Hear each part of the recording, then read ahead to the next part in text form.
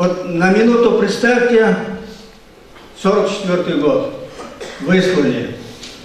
Народ в таком тяжелом положении, в Средней Азии, на Урале, где бы она ни находилась, как только в 1956 году наступило потепление, интеллигенция собралась и смогла выработать такие программы, пути поднятия народного духа и возвращения народа, благодаря которому мы сегодня оказались на родине.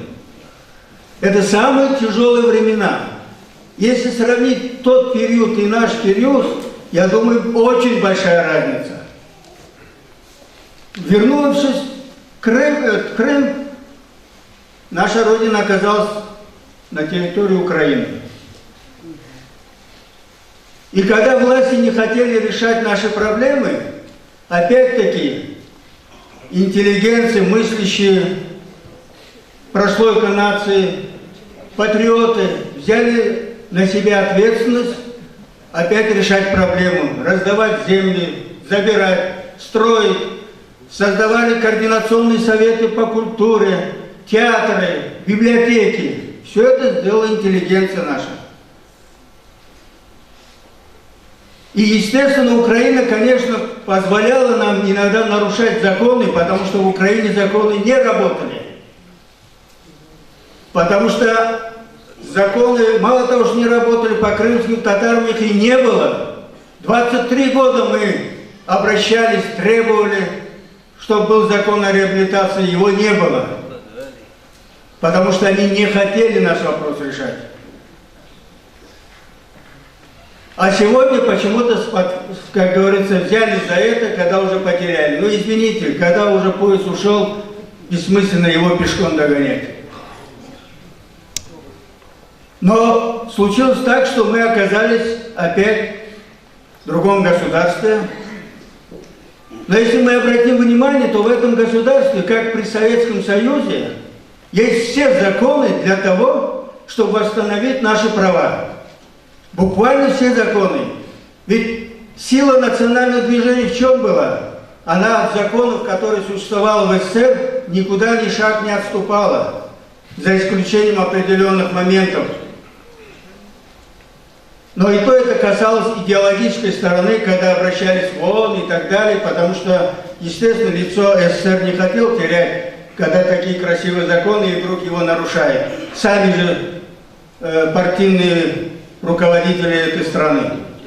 Но сегодня, наоборот, руководство России издало указ о реабилитации, о государственном языке.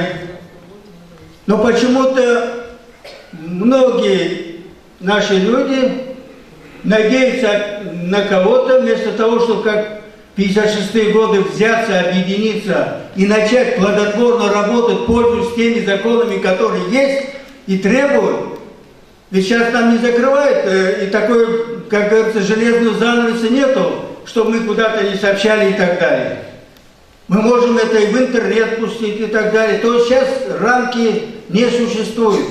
И, естественно, если государство не будет выполнять свои же законы, мы можем об этом говорить. Но сегодня, к сожалению, мы сами почему-то не проявляем ту активность, которую проявляли наши деды, отцы, когда поднимали народ на возвращение. Давайте, вот сегодня тут уже было сказано выступающими, что наступает такой переходный период, и давайте мы уже перестанем надеяться на Украину, на кого-то, а сами сможем объединиться. Если надо, мы готовы. Общественный совет крымско-татарского народа пока объединяет всего лишь 22 общественные организации, входит 10 ветеранов, там деятели науки, но их мало. Почему-то писатели, другие музейные работники отстраняются. Вот хотелось бы, чтобы мы все, а определенная часть еще надеется на Украину почему-то, думают, что Украина придет. Да не будет этого никогда уже. И поэтому давайте мы сможем, объединившись, выработать такой документ, как выработали наши деды, типа наказа народа, цель поставим и вместе будем добиваться того, чего бы мы хотели. А успех всегда будет, если мы будем работать. Спасибо.